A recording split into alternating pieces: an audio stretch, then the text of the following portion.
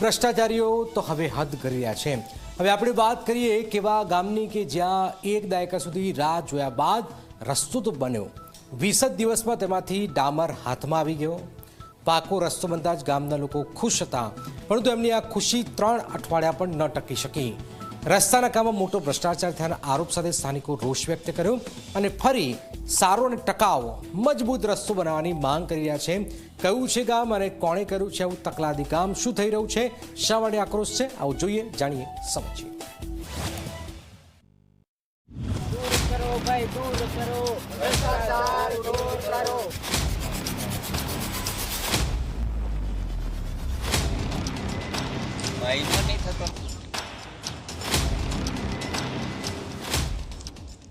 નવા જ બનેલા રસ્તાનો ઉખડી જતો ડામર અને તકલાદી કામના લીધે પરેશાન ગામના લોકો। આ દ્રશ્યો છે છોટાઉદેપુર જિલ્લાના અંતરિયાળ અને ડુંગરાળ વિસ્તારના માણકા ગામના। વર્ષોથી આ ગામમાં પાકો રસ્તો ન હતો। અનેકવાર રજૂઆત કર્યા બાદ આખરે રસ્તો બન્યો। ગામના લોકો ખુશ થયા, પરંતુ હજુ તો રસ્તો બન્યાને 20 દિવસ થયા ને તેમની ખુશી રોષમાં ફેરવાઈ ગઈ।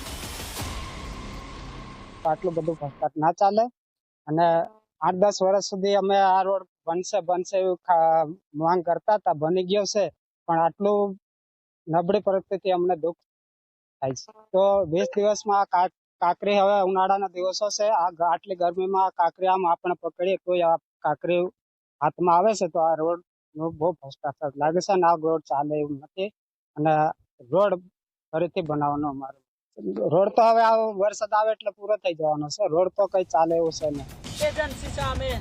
અંતરિયાળ વિસ્તારમાં અનેક સ્થળે આઝાદીના આટલા વર્ષો બાદ પણ સારા રસ્તા જેવી પ્રાથમિક સુવિધાઓ માટે લોકો તરસી રહ્યા છે। માણકા ગામમાંથી પસાર થતો ડુંગરવાળો રસ્તો વર્ષો પહેલા બન્યો હતો, જે ખૂબ જ ખરાબ હાલતમાં હોવાથી સ્થાનિક લોકોને ભારે હાલાકીનો સામનો કરવાનો વારો આવતો હતો અને આ રસ્તેથી પસાર થતા ડુંગર ચઢવાના હોવાથી વાહનો પણ પાછા પડતા હતા, જેથી લોકોએ સારો રસ્તો બનાવવાની માંગ કરી હતી। આ માંગણી પૂરી તો થઈ, પરંતુ કામમાં મોટો ભ્રષ્ટાચાર થયાનો લોકોનો આરોપ છે।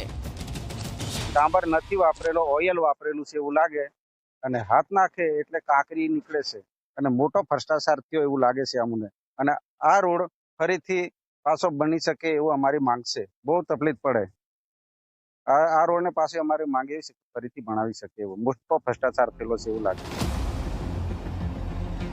એક દાયકાથી લોકો સારા રસ્તાની રાહ જોઈ રહ્યા હતા, પરંતુ તેમના કામમાં વેઠ વાળવામાં આવતા સ્થાનિકોનો ગુસ્સો ચરમસીમાએ છે।